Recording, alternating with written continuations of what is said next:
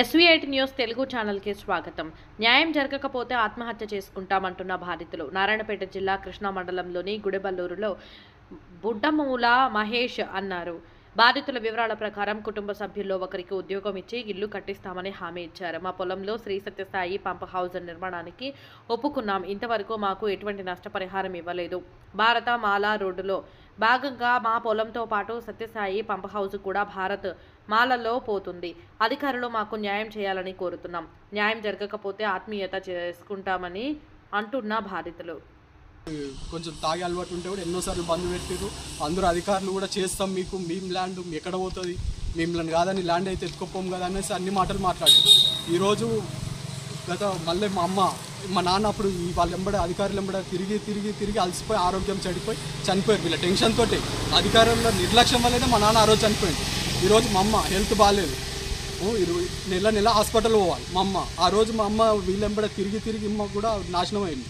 ఆ రోజు ముగ్గురు పిల్లల్ని కాపాడుకొని ఇంకా మా అమ్మ వీళ్ళెంబడి తిరగనికే కాదని డైలీ లేబర్ వర్క్ రోజు కూలి చేసుకొని మా అమ్మ ఇప్పటివరకు చదివించి కాసి ఈరోజు మా అమ్మ తిరుగుతుంది, నేను తిరుగుతున్నాం. ఇంకా ఇప్పుడు కాదు, అంతకుముందు చిట్టం రామ్మోహన్ రెడ్డి ఉన్నప్పుడు ఆయనకి ఇచ్చినాం లెటర్స్, ఇప్పుడు మంత్రి ఉన్నప్పుడు మంత్రికి లెటర్ ఇచ్చినాము, న్యాయం చేస్తాము. ఇప్పుడు ఎస్సీ గారు కానీ కలెక్టర్ మేడంకి ఇచ్చినాము, ఆర్డీఓ సార్కి ఇచ్చినాం. ప్రతి ఒక్కరు ఏమంటున్నారంటే మీ ల్యాండ్, మీ పేరు మీద ల్యాండ్ ఉంది, మీకు కాకుండా ఎక్కడ పో అంటున్నారు. ఎస్సీ సార్ కలెక్టర్ మేడం కానీ ఆర్డీఓ సార్కి ఇస్తే ఆర్డీఓ ఎంఆర్ఓకి ఇచ్చిండు. ఎంఆర్ఓ వచ్చి గిరిదావారి ఎంఆర్ఓ ఈయన వచ్చి కాసి ఎంక్వైరీ చేశారు. అప్పుడు మా నాన్న ఇచ్చినప్పుడు ల్యాండ్ కానీ ఇప్పుడు కానీ మా అమ్మ పేరు మీదనే ఉంది. ఆ ల్యాండ్ రిపోర్ట్స్ కానీ అవి పాస్బుక్లు అన్నీ ఉన్నాయి మా దగ్గర. ఇంకోటి ఇప్పుడు ఆర్డీఓ సార్ దగ్గరికి రిపోర్ట్స్ అన్ని పోయిన తర్వాత ఆర్డీఓ సార్ ఏమంటున్నారంటే no objection letter mission Bhagiratha అధికారి ఎస్సీ సార్ ఇవ్వాలంటున్నారు. నో అబ్జెక్షన్ లెటర్ కోసం ఎస్సీ సార్ దగ్గరికి 5 నెలల నుంచి తిరుగుతున్నాం, దాదాపు 5 నెలల నుంచి. ఆ సార్ ఏమంటున్నారంటే ల్యాండ్ మీ పేరు మీదే ఉంది కాబట్టి మీకే వస్తాయి పైసలు, ఏమి ఇబ్బందిలే అంటున్నారు. ఇప్పుడు మళ్ళీ పోయి అడుగుతుంటే ఏమంటున్నారంటే ఇక్కడ ఇది అమౌంట్ ఇప్పుడు పంప్ హౌస్ ఇక్కడ పోతే ఈ అమౌంట్ తోటే మేము వేరే దగ్గర కట్టుకోవాలి, మాకు అది మాట్లాడాలంటే కలెక్టర్ మేడం ఫైనల్ డెసిషన్ తీసుకోవాలంటున్నారు. నెల నుంచి ఫైనల్ డెసిషన్ తీసుకోవాలంటారు. 3 నెలల నుంచి తిరుగుతున్నాం. 3 నెలలు 5 నెలల నుంచి తిరుగుతుంటే 3 నెలల నుండి ఎస్సీ సార్ దగ్గరికి మాబ్నగర్కి ఒక్కోసారి నేను 10-15 సార్లు తిరిగిన.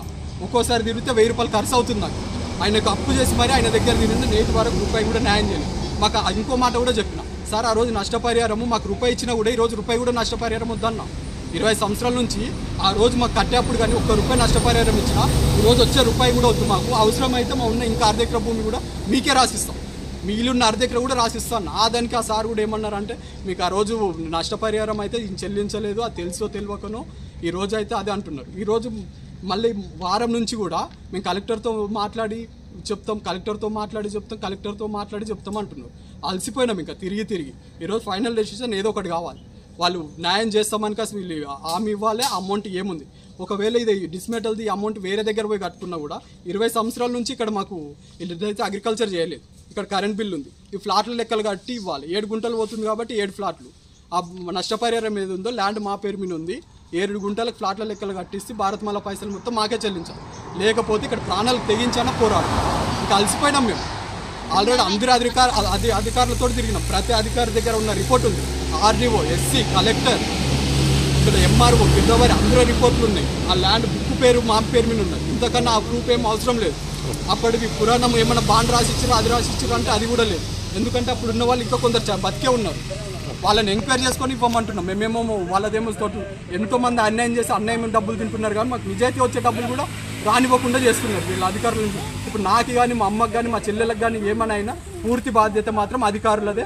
ప్రతి ఒక్కరికి నేను సూసైడ్ నోట్ కూడా ఉంది ఆల్రెడీ. అది కూడా అందరికి రిపోర్టర్లకు కానీ గ్రూప్లలో కూడా పెట్టి కాసి మరి ఏ డిసిషన్ అయినా తీసుకుంటాం. మాకు ఫైనల్గా రావాలి, అంతే సార్.